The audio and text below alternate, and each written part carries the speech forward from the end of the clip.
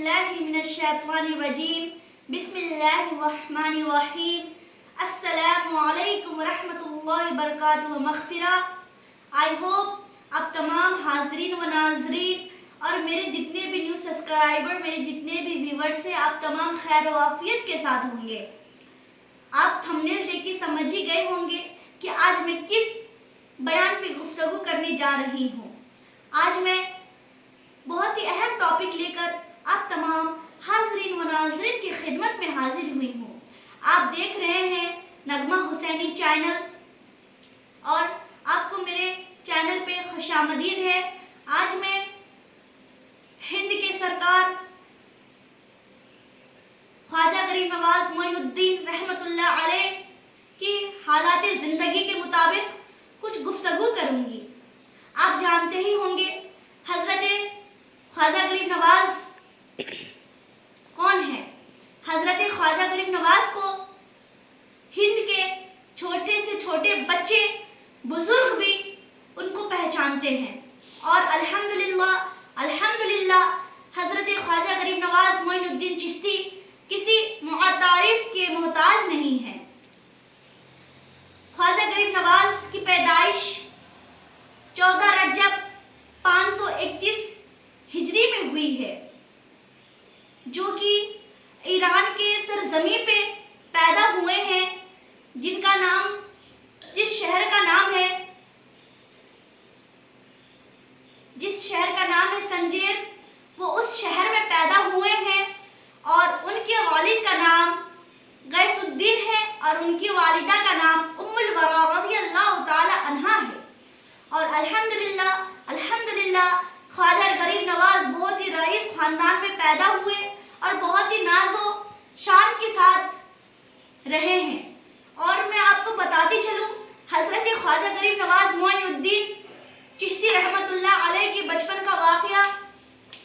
ایک مرتبہ حضرت خواجہ غریب نواز اپنے والدہ ماجدہ کا دودھ پی رہے تھے۔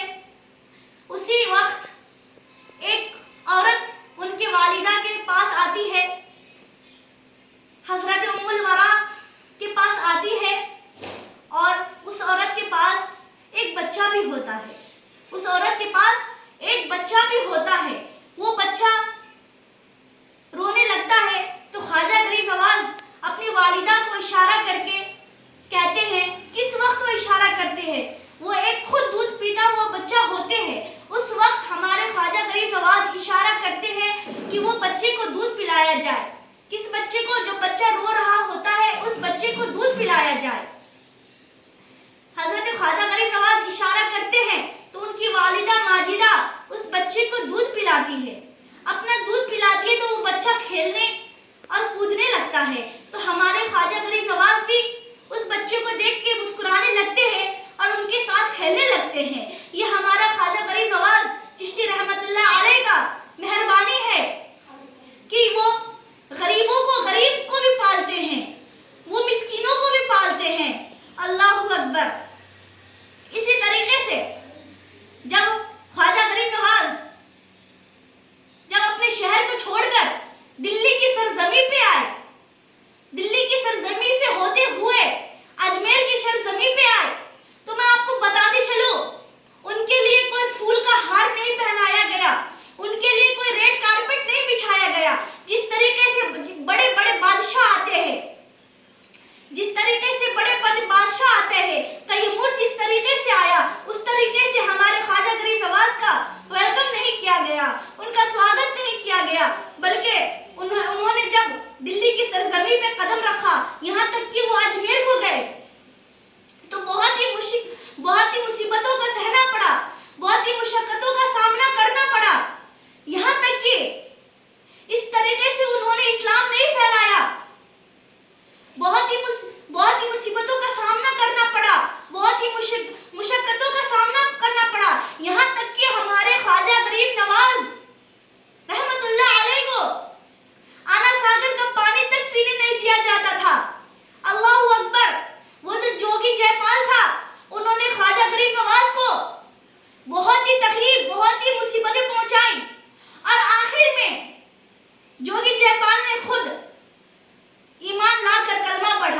اللہ اکبر اللہ اکبر. دیکھ سکتے ہیں آپ خواجہ غریب نواز کی کرامتیں.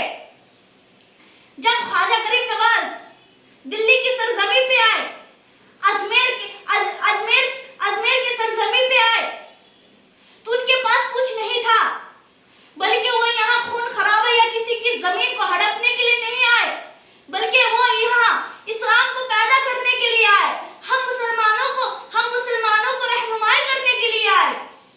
جب وہ اجمیر کی سرزمین پہ آئے تھے تو ان کے پاس کچھ نہیں تھا، ان کے پاس ایک جھبا تھا. کیا تھا ان کے پاس؟ انہوں نے بس ایک جھبا پہنا ہوا تھا، وہ بھی 16 کلو کے. اللہ اکبر. وہ بھی 16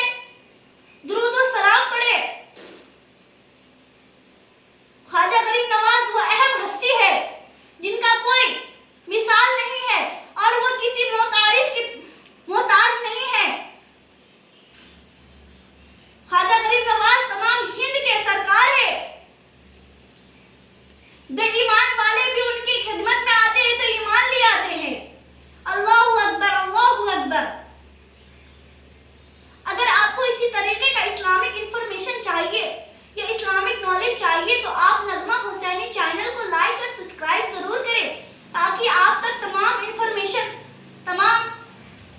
انفارمیشن آپ تک پہنچ سکے